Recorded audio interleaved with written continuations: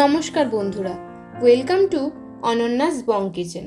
গরমে আইসক্রিম খেতে আমাদের সবারই খুব ভালো লাগে, আর আজকে সেই জন্যই কালো জাম দিয়ে মালাই আইসক্রিম বানিয়ে দেখাবো। তাহলে চলুন দেখে নেওয়া যাক কীভাবে বানানো যায়। আমি প্রথমেই নিয়ে নিয়েছি 150 গ্রাম মতো কালো জাম।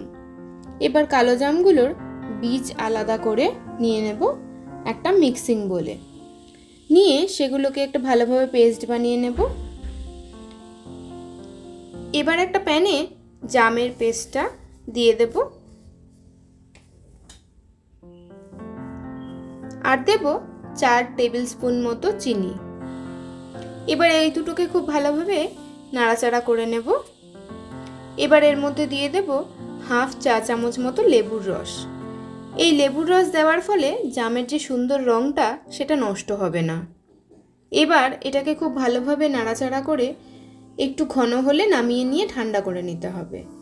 এবার ঠান্ডা হওয়ার পর আবারও মিক্সিতে দিয়ে একটা স্মুথ পেস্ট করে নেব। এবার আইসক্রিমের বেস বানানোর জন্য নিয়ে নেব ফ্রেশ ক্রিম, আর নেব হাফ কাপ মতো চিনি, 1 কাপ মতো দুধ, আর 3/4 কাপ গুঁড়ো দুধ। এবার একটা মিক্সিং বলে একে একে দিয়ে দেব চিনি, দুধ, 1 কাপ মতো ক্রিম। দেখবেন ফ্রেশ ক্রিমের প্যাকেটটা ফ্রিজে রেখে দিলে পরের দিন সকালে প্যাকেটের ওপরে একটা ঘন ক্রিম বেরিয়ে আসবে। আমরা সেই ক্রিমটাই ব্যবহার করব। আর দিয়ে দেব গুঁড়ো দুধ। এবার এগুলোকে খুব ভালোভাবে ব্লেন্ড করে নেব। এবার একটা বাটিতে বানিয়ে নেওয়া আইসক্রিমের মিক্সটা দিয়ে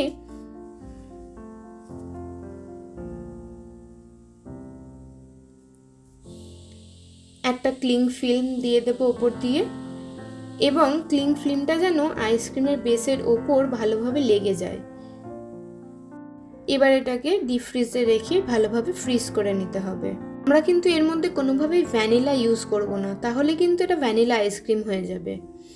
এবার ফ্রিজ থেকে বের করে নিয়ে আবারও মিক্সিতে ভালোভাবে একটা ব্লেন্ড করে নিতে হবে, যাতে আইসক্রিমের মধ্যে যদি কোনো ক্রিস্টাল হয়ে থাকে সেটা ব্রেক হয়ে গিয়ে আইসক্রিমের পেস্টটা আরও স্মুথ হয়ে যায়।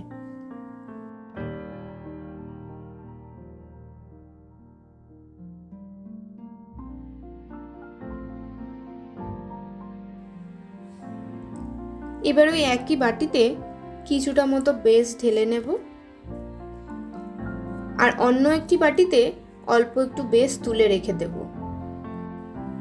আর মিক্সিতে যেটুকু বেস থাকবে তার মধ্যে কালো জামের সসটা দিয়ে ভালোভাবে আবারও একবার ব্লেন্ড করে নেব। এবার 1 লেয়ার মালাই আইসক্রিম এবং 1 লেয়ার কালো জামের আইসক্রিম দিয়ে সাজিয়ে নেব।